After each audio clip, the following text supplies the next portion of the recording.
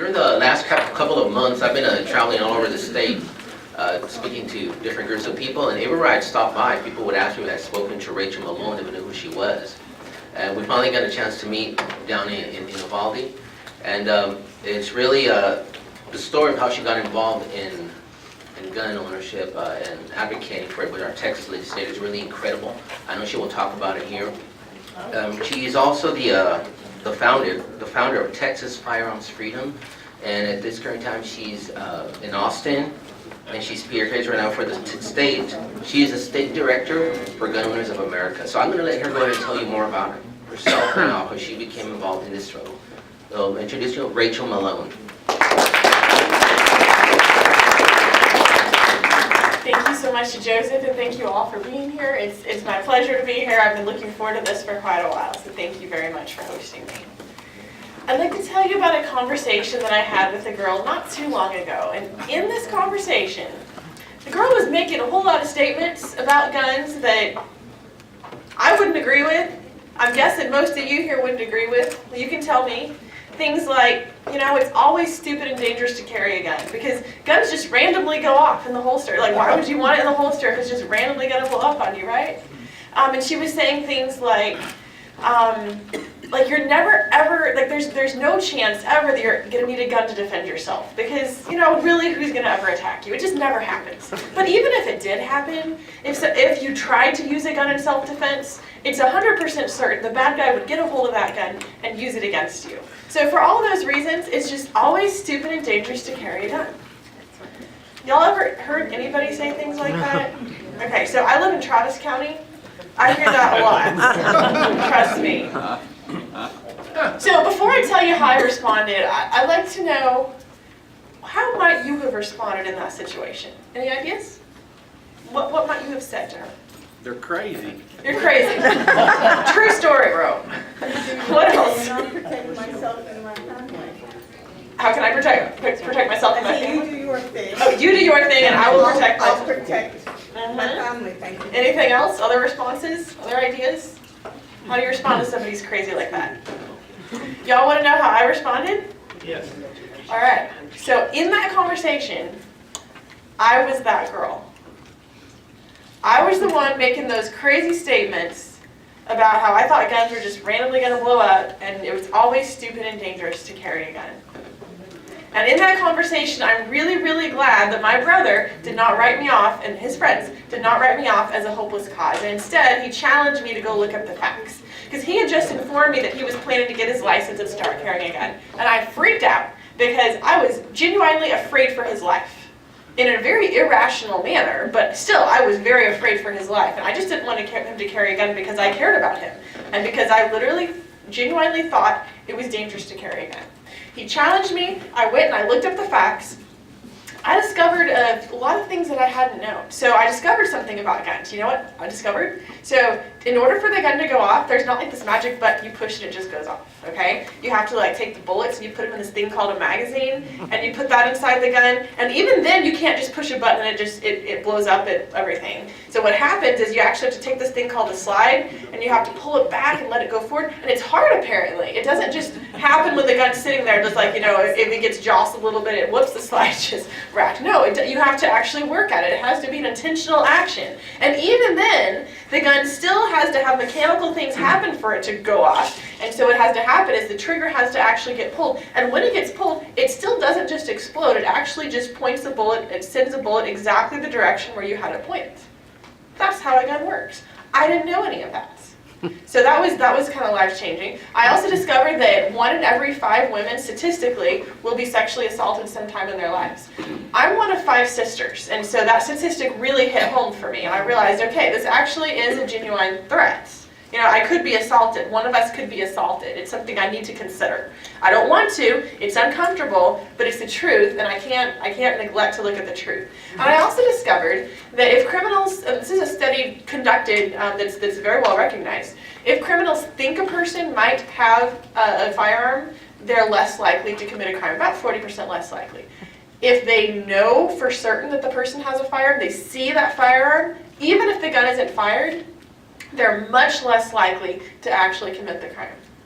And so for all those reasons, I realized I had a complete wrong perception. I also went and looked up all the news stories that I thought I remembered about a gun just randomly going off. And wouldn't you know it, every single one, I went back, I faithfully looked it up because I was going to prove, right, this still happens sometimes. Every single one, either I misremembered it, or in most cases, there was a correction printed later saying, whoops, somebody lied or misreported. Actually, they did all those steps to load the gun and chamber around and then pulled the trigger, and that's why the gun went off. And the bullet went exactly where it was pointed. I've been lied to. So, for all those reasons, I came back to my brother's door just a couple weeks later. I knocked on his door and I had a question for him, and I was wondering, so how do I get my license to carry? And the funny thing is, and I will never let him forget this, is so he went to the class first and put in his paperwork first, and I went to mine like a month later. Well, his paperwork got delayed by DPS for some silly reason, and I got my license first, and I started carrying first. And I've hardly missed a day since then. That was 9 years ago. That was in 2009. But you see, I shouldn't have been anti-gun. I should have been a gun person. I'm not one of those raging liberals that came in from California, okay? Born and raised in Texas, yes, in Austin, but in Texas. I had an ancestor at the Alamo. Like, we've been in Texas a very long time, since before it was even a republic. I was raised conservative. I block watched for Republicans when I was 5 years old. I was a member of a Republican women's club when I was a teenager. I was a delegate to the Republican state convention the very first time I was old enough to vote in the primary. Yes, I voted in the Republican primary. All of those things. I should have been a gun person. I was a conservative. I voted conservative. I thought of myself as a conservative. But because I didn't know anything about guns, that's why I was so grossly misinformed about what kind of policy I thought I wanted. And I don't think I would have said I was for a gun ban, but all those views are just this close from a full-out gun ban, right? All it takes is just a little tiny bit, and I'm like, well, it makes sense because it's always stupid and dangerous to carry a gun, so why shouldn't we just ban it? There's no reason not to ban it. I had no respect for the rights to keep and bear arms. I had no understanding of the practicality of using that for a tool for self-defense. So I should have been a gun person, but I wasn't. And I'm telling you this story for a couple of reasons. Number one, because you need to know how important it is to measure out how we respond to people who disagree with us. The way we respond can have a huge impact on their lives, on our lives, and on public policy in our state. I'm living proof of that. And the second reason I'm telling you this is because you need to know what we're up against. That's what we're up against. People like me, people like I used to be. Not just those raging liberals from California. Not just those Travis County people. Yes, those are problems. But it's also all of the other people who think of themselves as conservative, who vote conservative, but who don't know anything about guns. And because of that, they're this far away from actually pushing for those rights to be infringed and taken away and restricted even more than they already are. And that's a shame. So that's what we need to know what we're up against. So that all happened in 2009. So yes, I became a gun person, but I was still never going to be a politics person again. And here's what I mean by that. So I mentioned my political pedigree, right? I grew up doing all these things, but I fell out of it. I fell out of the club. I fell out of being super involved in going to state convention because I just didn't really feel like I was anything more than, honestly, can I just be honest? I didn't feel like I was anything more than a pawn. I didn't feel like I was doing anything meaningful. I didn't feel like my voice really mattered. I wasn't getting plugged in. I was showing up to stuff and that was it. And I didn't want to just be a warm body fill the seat. I had things to do with my life. So I still kept believing conservative and I still kept voting conservative, but I wasn't involved because I did not see a reason. I did not see that my presence there was making any kind of a difference. 2011 changed all of that for me. So 2011 is when the licensed open carry bill started moving through the legislature. That's the bill that would have said, if you have a license to carry concealed, you can take your shirt, put it on the other side of your gun, and you don't go to jail. Common sense, right?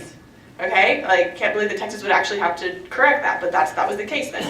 So I figure, hey, that's great. All those political people who, the political junkies, they'll make sure it happens. I don't have to do anything about it. I'm not one of those political people. I don't work on legislation. I just do my own thing, right? They'll make sure it happens. No worries. Well, 11 o'clock p.m., the night the legislature was going to end, so 1 hour before the session was over and anything that hadn't passed was dead, I realized that this bill was being held up in the Calendars Committee. And I had never heard of the Calendars Committee before, but it sounded pretty fishy to me because apparently anybody could just, hold a bill up there and kill it, and we didn't even know who it was who was killing the bill, and it just stayed there and it died, and that's how legislation died. And even though there were enough co-authors on a bill, often, to guarantee its passage on the floor, still that bill could be held up. And it didn't even get a vote. And I figured, that's outrageous. That's so unjust. How can this be? It's not just a matter of we're discussing it on its merits and it doesn't have enough votes. Literally, the bills have enough votes, and they're dying because one person has the ability to just not let it come up for a vote. Nobody gets to vote on it, and it's dead. And that was unjust. So I made all the phone calls, 11 o'clock p.m. And my lesson that year was, if you want to make change happen, you got to get involved a whole lot earlier than 1 hour before session. Yeah, Didn't work. Spoiler alert. I know it's a surprise. So I thought I was going to come back the next session. So here in Texas, we have sessions every other year, right? So all the odd years. So that was 2011. The next chance at it was 2013. So gearing up for that, in 2012, I began an organization, Texas Firearms Freedom, and it was a grassroots volunteer organization. I never got paid for it. I never wanted to get paid for it. I just did it on my own time as I could while I was juggling real life, right? Like everybody in this room does for all of our activism, right? Okay, so that's what I was doing. That's what Texas Firearms Freedom was. And I went back in 2013 and I testified on licensed open carry and about 15 or 20 other bills, and I was going to get them through. And guess what happened? They died in a committee chaired by Representative Pickett, who is a Democrat from El Paso. So I think we have a lot of problems sometimes with some Democrats from El Paso. And they all got held up in his committee, and I nicknamed it the Pickett Fence because it was all held up in Pickett's committee. Whoops. Let's not killing things. I got it. Sorry. Thank you. No worries. Anyway, so the bills died. My lesson that year was I can't do it alone. I showed up, I was there, I was prepared, but I was one of the only ones actually showing up in Austin. And there were so many hundreds and so many thousands of people who were proclaiming that they so supported gun rights and they loved what I was doing and it was great, but they never showed up. And that was the problem. Because I can't do it alone.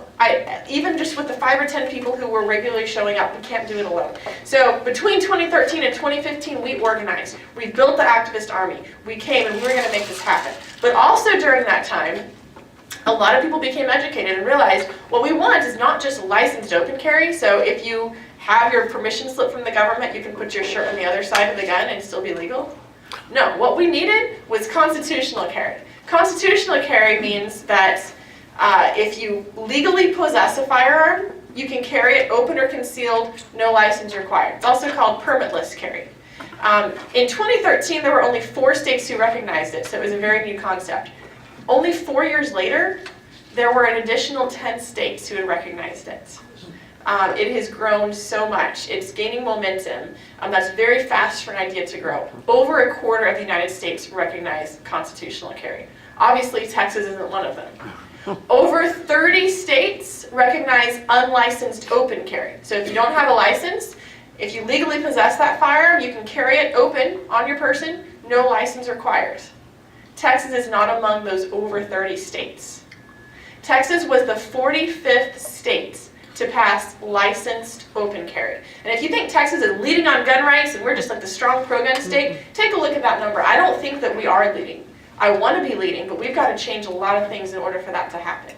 So 2015, we came back, we were organized, we were asking for constitutional carry by that time.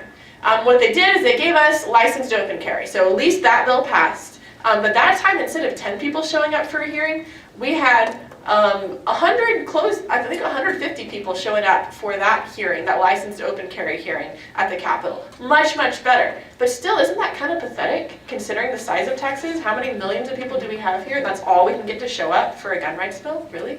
So anyway, we came back, we kept on trying to organize, came back in 2017, pushed for constitutional carry. It got filed, and it had a hearing that year. And one of our constitutional carry permitless bills actually moved forward past the one committee, but again died in Calendars Committee. So that was 2017. 2019 is right upon us, right? We're right here in 2019. We're almost upon the session. It begins January 8th. I will be pushing for constitutional carry, as well as things like ending gun-free zones. Like, because it's not the government's business to make us get a permission slip to carry. It's also not their business to limit the places where we can carry, or limit a private business owner and say you're not allowed to allow carry here. Now, I would never infringe on a private property owner's rights. And tell them they can't prohibit, right? But it's a private property owner's right to decide if he wants to allow or not allow carry. It's not the government's business to get in that.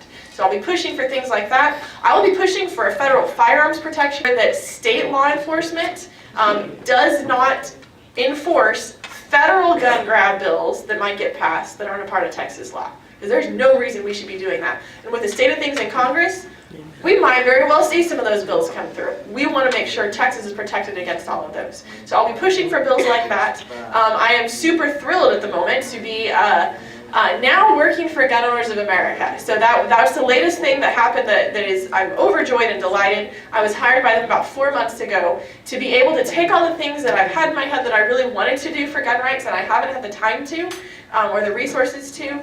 Gun Owners of America realizes that Texas is a pivotal state. And if Texas, as goes Texas, so goes the United States, right? And they realize this. And so they're willing to focus resources on holding the line in Texas. So I am now the Texas Director for Gun Owners of America, working here on Texas state legislation. Also, I'm working on organizing grassroots all across Texas. And so that's one of the reasons I'm traveling. That's one of the reasons I'm so happy to be here, not only for this meeting, but for another meeting this evening where I'm talking through more of the legislative process. So if you want to be one of those people who actually shows up and shows up at the Capitol and makes these things happen, I would love to have you at the training tonight at 6:30 at the library, at the Central Library. 6:30 to 8:30 we'll be doing a training session there.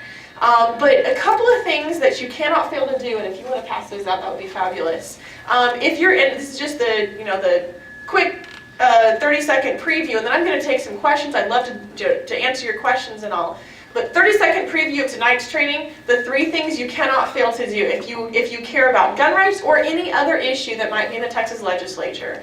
3 things you cannot fail to do. Number 1, show up to a committee hearing, or make sure enough people do. So how many people do we have here in this room? 30, 40? We have a lot of people here, right?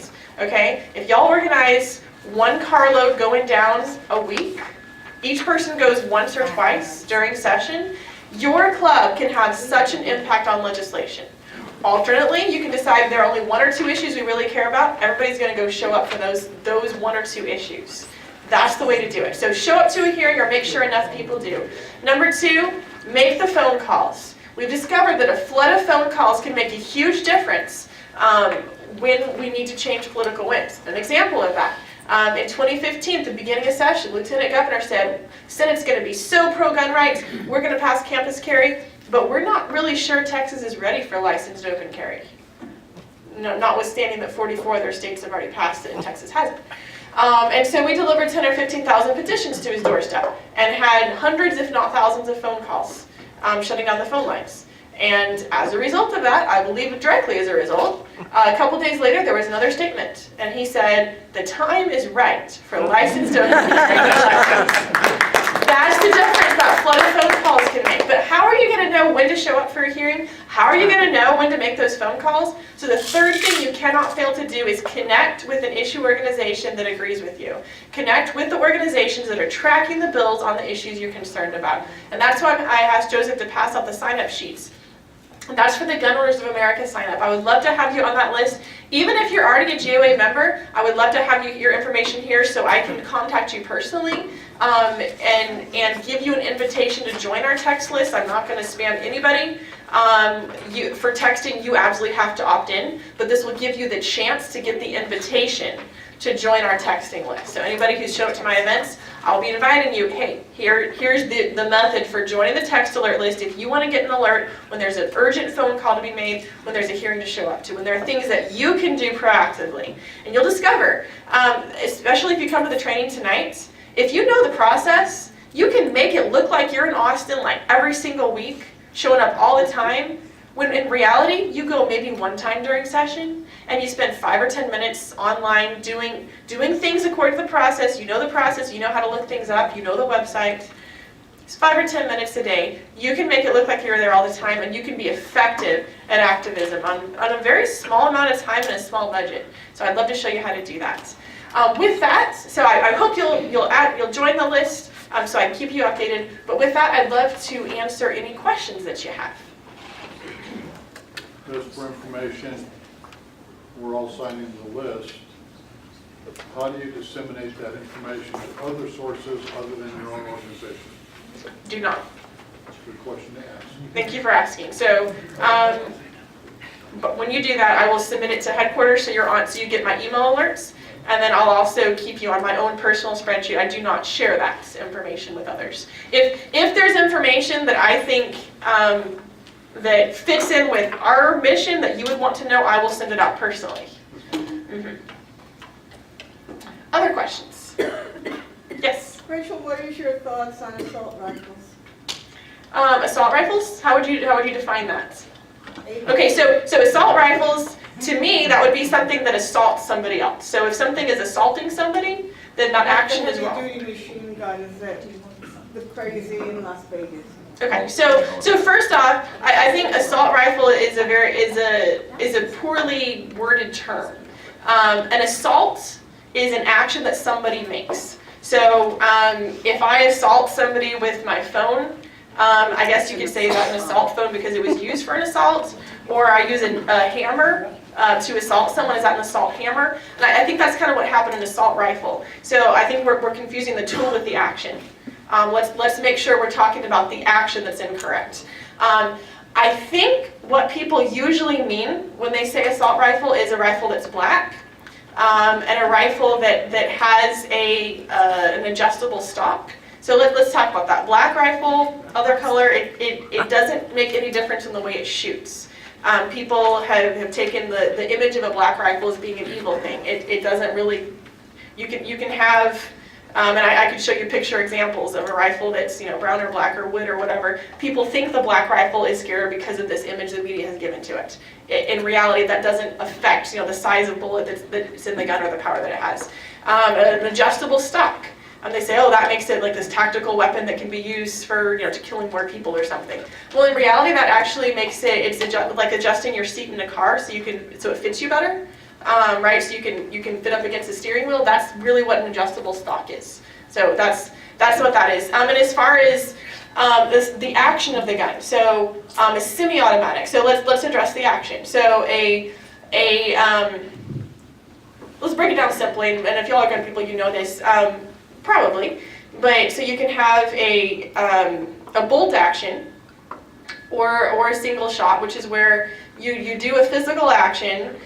You move the bolt back, or put a bullet in if it's a single shot, and you pull the trigger, and one round goes off, and then you have to physically reach up with your hands and do significant action, pulling the bolt back and inserting another round.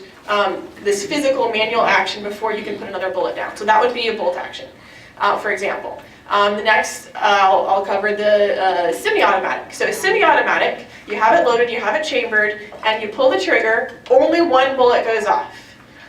But with that bullet, the way chemically the gases work and the way it's set up is the pressure from the gases that explode when the bullet goes off makes that the spent shell from that, the casing that's left over that the bullet ejects from, it makes that leave the gun, and then another bullet inserts into the gun automatically. But it's called a semi-automatic because that bullet doesn't get fired until you release that trigger and you physically pull the trigger again. So for each trigger action, there's one bullet that goes off. An automatic means you pull the trigger back and that whole process happens multiple times. I've shot fully automatic guns. I'd be happy to show you videos. I don't have any problem with civilians owning them. I don't think that the current federal ban on that is actually constitutional or correct. But I think the major problem, the more dangerous problem we have is the way that the media has demonized a lot of those weapons as things that people would only want to use for wrongful destructive purposes, and they've demonized that instead of the actual assault action. And And in demonizing that, they are preventing people and putting up a mental block to people possessing those firearms for tools of self-defense. I read in the news this morning a story of a woman who was apparently murdered, they're calling it a murder, with a protective order in her pocket. And I'm not sure if he's been charged yet, but they're guessing from evidence that it looks like her, I think it's her ex, assaulted her and murdered her.